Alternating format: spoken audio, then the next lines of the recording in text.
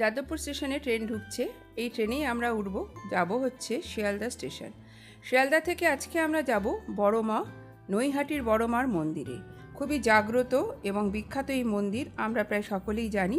সেখানে পুজো দেওয়ার জন্যই আজকে আমরা সব বন্ধুরা মিলে চলেছি। আমি ঠিক ট্রাভেল ব্লগ বানানোর জন্য আপনাদের সাথে আজকে আসিনি।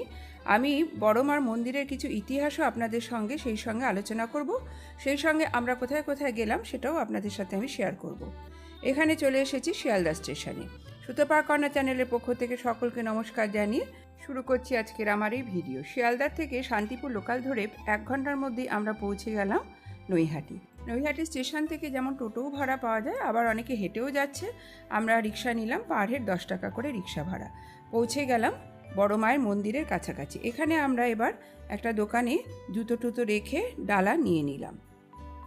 ডালাতে থাকছে 108টা জবা ফুল দিয়ে তার মালা, আলতা, সিঁদুর, ধূপকাঠি, মোমবাতি 70 টাকা করে। আমরা এটা নিয়ে লাইনে দাঁড়িয়ে পড়লাম। লাইন তো অসম্ভব লাইন, তার মধ্যে প্রচণ্ড রোদ, প্রচুর লম্বা লাইন দেখতেই পাচ্ছেন। এত লম্বা লাইনের আমরা প্রায় একদম শেষ প্রান্তে গিয়ে পৌঁছালাম। বাংলার এক বিখ্যাত জাগ্রত দেবী কালী হলেন এই নৈহাটির বড়মা। এক অমোঘ টানে প্রতি বছর হাজার হাজার ভক্ত মানত করেন, পুজো দেন, ভিড় করেন এক ঝলক শুধু মাকে দেখার জন্য। নৈহাটির অরবিন্দ রোডের ধর্মশালা বড়কালী ঠাকুরকে স্থানীয়রা বড়মা বলে ডাকেন। আমরাও সেই অমোঘ টানে চলে এসেছি এখানে। বড়মা কেন নাম দেওয়া হয়েছে জানেন কি?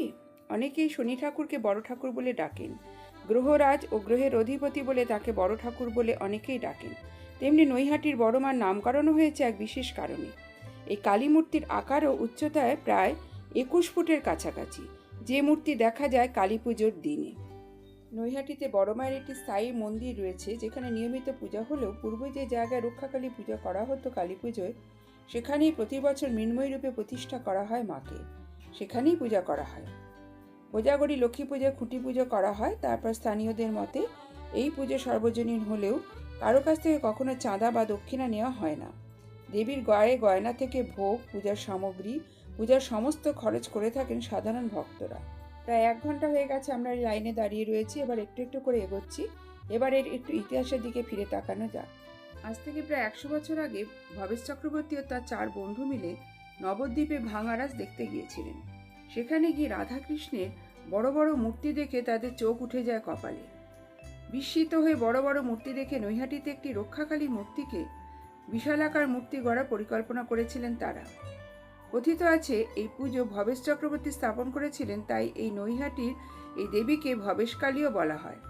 প্রথমে সকলে ভবেশকালী বলে ডাকত, তারপরে বিশালাকার মূর্তিকে বড়মা বলে অভিহিত করা হয়।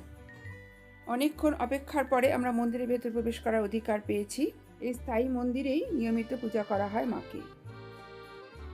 তবে মায়ের দর্শন করার জন্য ভেতরে ঢুকেও প্রায় 8 ঘন্টা অপেক্ষা করতে হলো। অবশেষে গেট খুলে দেওয়া হলো। এখানে ভিডিও করা বা ছবি তোলা নিষিদ্ধ, তবু আমি তার মধ্যে সামান্য একটু ছবি তোলার সুযোগ পেলাম। নৈহাটির বড় মায়ের গায়ে গয়না দেখলে অবাক হতে হয়, কারণ গোটা মূর্তি সোনার উপর বিভিন্ন আকারে গয়নায় মোড়া থাকে। শোনা যায় বড়মা সোনা ও রূপা ছাড়া আর কোনো ধাতুর অলঙ্কার পরেন না। তাই ভক্তরা এই মনোবাসনা পূরণ করার জন্য বিভিন্ন সময় সোনা ও রূপোর গয়না মানত হিসেবে দিয়ে থাকেন। প্রায় 1.5 কোটি টাকার গয়না পরেন বড়মা। প্রতি বছর কালী পুজোয় সেই গয়না পরিয়ে পূজা করা হয়। তবে কালী পুজোর দিন বড়মার পূজা শুরু না হলে নৈহাটির কোনো পূজা শুরু হয় না। একদিন নয়, টানা 5 দিন ধরে চলে বড়মার উপাসনা। দেবী দর্শন করে পুজো দিয়ে আমরা চলে এলাম গঙ্গার ঘাটে। বড়মার মন্দিরের খুব কাছেই এই গঙ্গা ঘাট। এই নৈহাটির অতীতে নাম ছিল নবহাট্ট। এই শহরের পশ্চিম দিক দিয়ে বয়ে গেছে হুগলি নদী, যার অপর পারে হুগলি জেলা চুঁচুড়া শহর, আর উত্তর দিকে রয়েছে হালি শহর, দক্ষিণ দিকে ভাটপাড়া। নৈহাটি থেকে ট্রেন ধরে আমরা আবার চলে এলাম ব্যারাকপুরে। নৈহাটি থেকে ট্রেনে ব্যারাকপুর আসতে 30 মিনিট মতো লাগলো। সেই সঙ্গে আমরা ব্যারাকপুরে যাব হচ্ছে গান্ধীঘাট। তার আগে একটু খাওয়া দাওয়া সেরে নেওয়ার উদ্দেশ্যে দাদা বৌদির হোটেলে চলে এলাম। আমাদের 5 তলায় চলে যেতে বলা হলো। লিফটে করে 5 তলায় উঠে যাচ্ছি।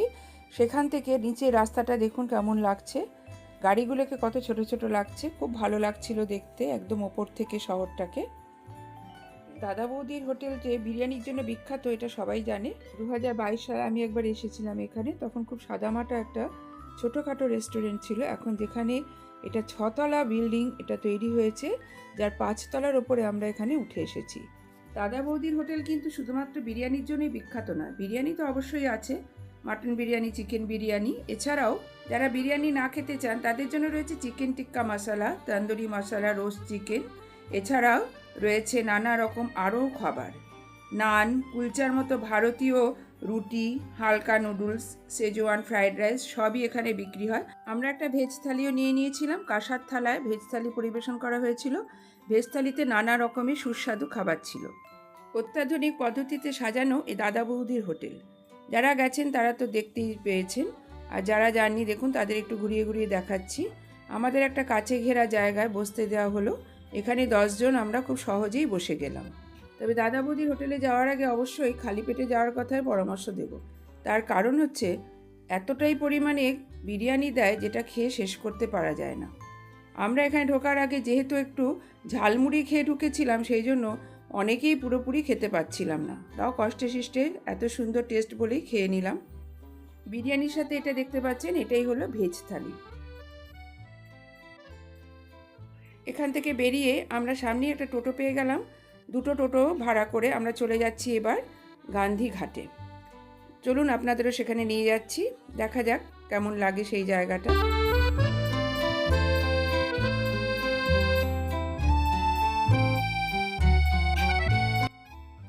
গান্ধীঘাটে আমরা পৌঁছে গেছি, রাস্তার উপরেই আমাদের টোটো দাঁড় করিয়ে দিল। ওইখান থেকেই আমরা হেঁটে হেঁটে গঙ্গার ধারে যাব। রাস্তার দুধারটা দেখুন কত সুন্দর গাছ দিয়ে সাজানো। আমরা সকলেই জানি মহাত্মা গান্ধীর স্মৃতিস্তম্ভ হচ্ছে এই গান্ধীঘাট। কলকাতার ব্যারাকপুরে অবস্থিত গান্ধীঘাটটা হুগলি নদীর পূর্ব তীরে অবস্থিত। হুগলি নদী, যেটাকে সাধারণত আমরা গঙ্গা নদীও বলে থাকি। ঘাটের কাছে যাওয়ার সময় দেখলাম বাদিকে একটা পার্ক বানানো চলছে, আর টোটোওয়ালাও বলছিল যে এখানে একটা পার্ক বানানো হবে, সেই সঙ্গে একটা গোলাপের বাগানও নাকি বানানো হবে, যেটার কাজ এখনও চলছে, এখনও পুরোপুরি শেষ হয়নি। হঠাৎ যেন মনে হচ্ছে একটা শান্ত পরিবেশে চলে এলাম, চারিপাশে শান্ত নিরিবিলি, আর মাঝে মাঝে পাখির ডাক শোনা যাচ্ছে। 1948 সালে মহাত্মা গান্ধী মারা যান, সেই সালেই হুগলির তীরে এই স্মৃতিস্তম্ভটি মহাত্মা গান্ধীর জন্য তৈরি করা হয়েছিল। স্বাধীনতার জন্য লড়াই করার সময় গান্ধীজি নাকি এখানে বক্তব্য রেখেছিলেন। আর হুগলি নদীর সামনের এই প্রিয় সবুজ এলাকাটা সকাল বা সন্ধ্যায় ঘুরে বেড়ানোর জন্য একেবারে উপযুক্ত। এখন জোয়ারের সময়, সেই জন্য নদীতে কিন্তু প্রচুর স্রোত, যার জন্য ওখানে যে পুলিশ গার্ডে বসেছিলেন উনি আমাদের একদম ধারে কাছেই যেতে দিলেন না। দেখতেই পাচ্ছেন একটা দড়ি দিয়ে এখানে আটকানো রয়েছে, এত দূরেই যাওয়া যাবে যাতে কাছে পিঠে কেউ না যায় গঙ্গার, সেই জন্য এই ব্যবস্থা করা হয়েছে। আমরা এখানে বসে একটু বিশ্রামও নিয়ে নিলাম, খুব সুন্দর হাওয়া দিচ্ছিল, যার জন্য আমাদের উঠতে ইচ্ছা করছিল না, কিন্তু আমাদের বাড়ি ফিরতে হবে। সেই জন্য আমরা আবার এখান থেকে উঠে টোটো করেই চলে গেলাম ব্যারাকপুর স্টেশন। সেখান থেকে শিয়ালদা চলে গিয়ে ওখান থেকে ট্রেন ধরে যে যার বাড়ির উদ্দেশ্যে রওনা দেব। তাহলে আজকের মতো এখানেই থামলাম। সকলে ভালো থাকবেন, সুস্থ থাকবেন। পরবর্তীকালে অন্য কোনো ভিডিও নিয়ে আবার আপনাদের সামনে চলে আসব। ধন্যবাদ।